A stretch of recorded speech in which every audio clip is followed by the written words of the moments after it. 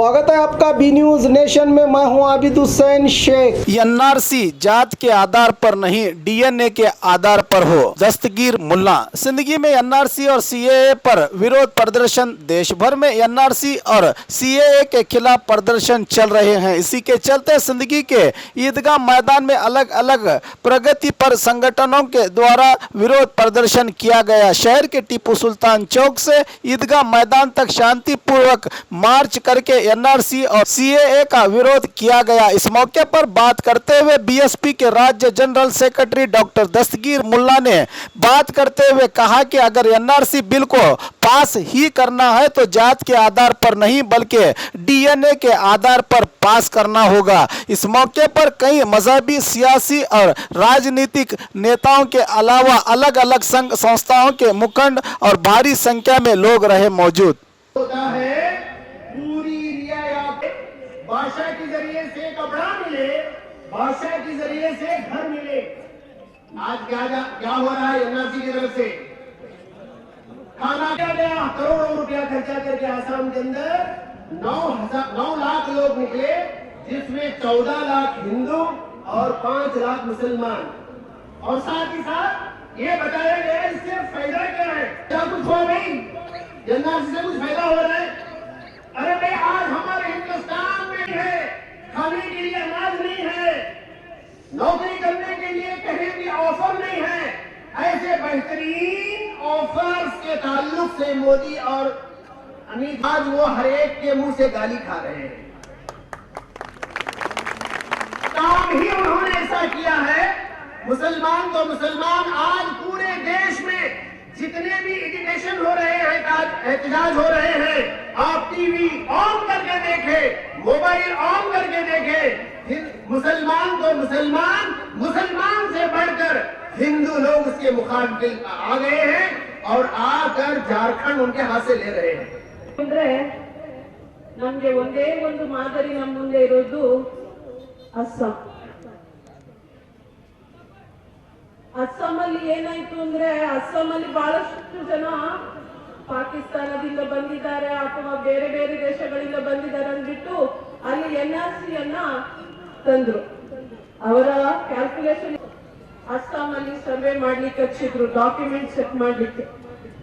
ದುರದೃಷ್ಟವಶ 32 ಲಕ್ಷ ಜನ ಸಿಕ್ಕಿದ್ರು.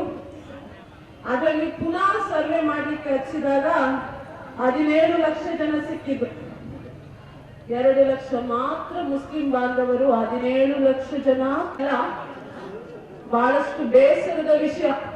ಏನೋ ಒಂದು ಅಜೆಂಡಾ ಇಟ್ಕೊಂಡು ಇವತ್ತು ಸರ್ಕಾರ ಏನಾದ್ರು ಮಾಡ್ತಾ ಇದೆ, ಉಲ್ಟಾದ ಅವ್ರ ಮೇಲೇನೆ ಹೊಡಿತಾ ಇದೆ.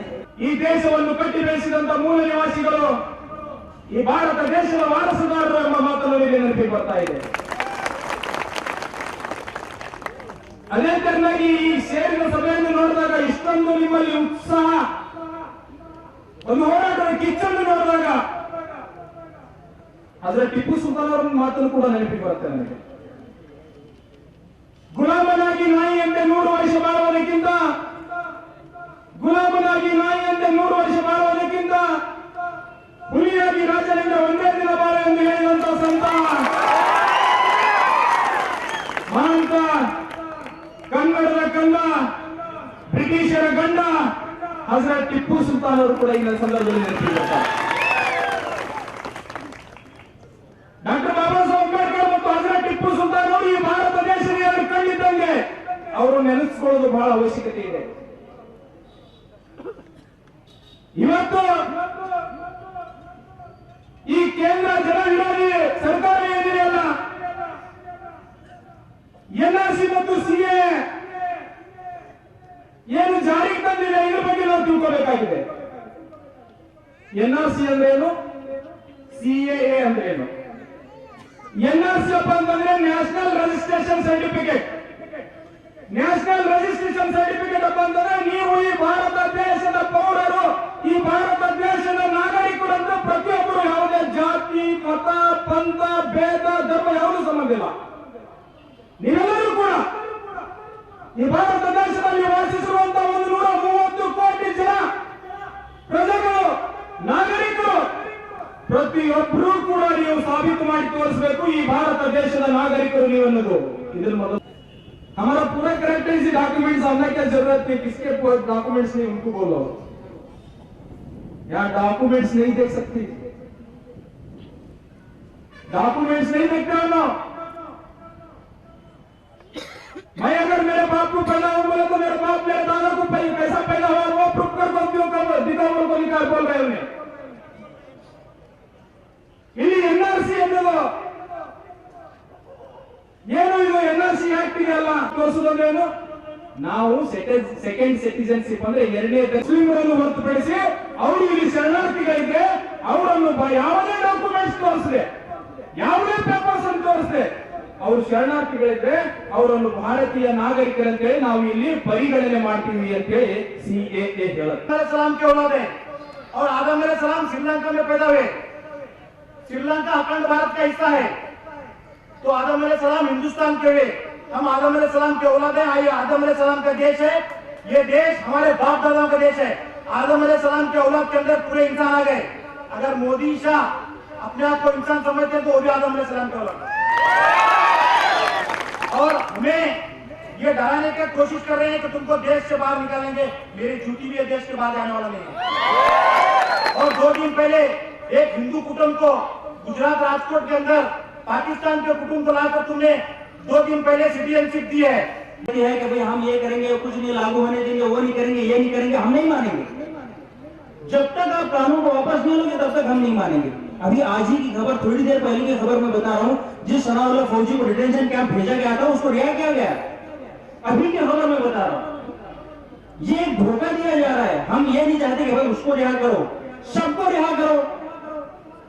और ये जैसा कि कुछ लोग कहते हैं कि भाई हिंदू मुसलमान बनाने का एक साजिश है। बाबरी मस्जिद का मुद्दा तो खत्म हो गया, अब और एक नया मुद्दा चलना चाहिए जो आगे चलकर 10-20 साल और चले, इसको हिंदू मुसलमान का रंग दिया जाए। हालांकि ये हिंदू मुसलमान का मसला नहीं है। बी न्यूज नेशन के लेटेस्ट न्यूज़ों को अपने मोबाइल में देखने के लिए यूट्यूब में बी न्यूज नेशन के चैनल के सब्सक्राइब आइकॉन को दबाएं और फिर बेल आइकॉन को दबाने पर आप लेटेस्ट न्यूज़ों को देख सकते हैं। अस्सलामुअलैकुम, मेरा नाम इमरान है और मैं आज आपको बताने वाला हूं कि इंग्लिश बातचीत कैसे सीखी जा सकती है। और सबसे पहले आप ये समझ लें कि मेरे बारे में ये जान लें कि मैं इंग्लिश मीडियम से नहीं हूं। I am not from English medium but I can speak English now. So बहुत सारे लोगों को इंग्लिश बातचीत करना नहीं आता, जिसकी वजह से जो है बहुत सारे मुश्किलात का सामना करना पड़ता है। तो सबसे पहले हमारा एक प्रॉब्लम ये है कि हमें मीनिंग्स याद नहीं रहते, वोकैबुलरी हमारी वीक रहती हैं, तो जिसका इम्प्रूव करना बहुत ही ज़्यादा ज़रूरी है। मिसाल के तौर पर अगर मैं आपसे एक सवाल करता हूँ, मैं खा रहा हूँ या खा रही हूँ इंग्लिश में कैसे बोलेंगे, तो आपका जवाब होगा डेफिनेटली आई एम ईटिंग। ठीक है, तो अगर मैं आपको ये सवाल करता हूँ कि मैं निगल रहा हूँ या निगल रही हूँ कैसे आप बोल सकते हैं, तो बहुत सारे लोगों को यहाँ पे मुश्किल होती है क्योंकि निगलने का मीनिंग याद नहीं रहता। तो इसलिए वोकैबुलरी मतलब मीनिंग का जो है इम्प्रूव करना बहुत ही ज़्यादा ज़रूरी हो जाता है। और एक मिसाल है और एक एग्जांपल है, मैं तैर रहा हूँ कैसे बोलेंगे, तो आपका जवाब होगा आई एम स्विमिंग। अगर मैं आपसे ये पूछता हूँ कि मैं डूब रहा हूँ कैसे बोलेंगे, तो यहाँ पर बहुत सारे लोगों को मुश्किल होती है क्योंकि डूबने का मीनिंग नहीं मालूम है। तो सबसे पहले हमें चाहिए कि हमारा वोकैबुलरी इम्प्रूव करें, मीनिंग हमारा इम्प्रूव करें। तो जो है ये इम्प्रूव कैसे किया जा सकता है, मीनिंग को कैसे याद किया जा सकता है। इतनी बड़ी डिक्शनरी लेकर के हज़ारों पेज की जो है मीनिंग्स हम याद नहीं कर सकते, तो वो सारी चीज़ें जो है हमारी क्लास में आपको सिखाई जाएगी। और दूसरा प्रॉब्लम ये है कि sentences depend on situation, sentences कैसे बनाए जाएँ। तो अगर आप ये सीख लेते हैं तो it's my challenge, you can speak English easily. तो कैसे, अभी यहाँ पे देखिए अलग अलग जुमले होते हैं, उसका सीखना ज़रूरी है। मैं आता हूँ, आ रहा हूँ, आ सकता हूँ, आ सकता था, आना चाहिए था, आ चुका हूँ, आ चुका था। ऐसे बहुत सारे जुमले हैं जो हमें मालूम नहीं है। अगर हम वो जान लें सेंटेंसेस कैसे बना सकते हैं, तो जो है इंशाल्लाह बहुत ही जो है आसानी के साथ इंग्लिश बातचीत हम कर सकते हैं। तो अगर आप जो है हमारे साथ इंग्लिश बातचीत सीखना चाहते हैं तो ज़रूर जो है ज्वाइन कीजिए हमारी क्लास को और नीचे दिए गए नंबर पे कांटेक्ट कीजिए। तो इंशाल्लाह उम्मीद करता हूँ जो है आप ज़रूर इंग्लिश बातचीत सीखेंगे। Thank you, all the best.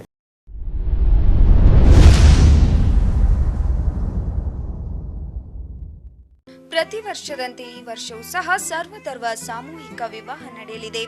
ಜವಳಿ ಸೋಷಿಯಲ್ ಗ್ರೂಪ್ ಆಶ್ರಯದಲ್ಲಿ ಬಿಜೆಪಿ ಅಲ್ಪಸಂಖ್ಯಾತ ಮುಖಂಡ ಯಾಸೀನ್ ಜವಳಿ ನೇತೃತ್ವದಲ್ಲಿ ಇದೇ ಜನವರಿ 5ರಂದು ನಡೆಯಲಿದ್ದು ಹೆಚ್ಚಿನ ಸಂಖ್ಯೆಯಲ್ಲಿ ನೋಂದಣಿ ಮಾಡಬೇಕಾಗಿ ವಿನಂತಿ.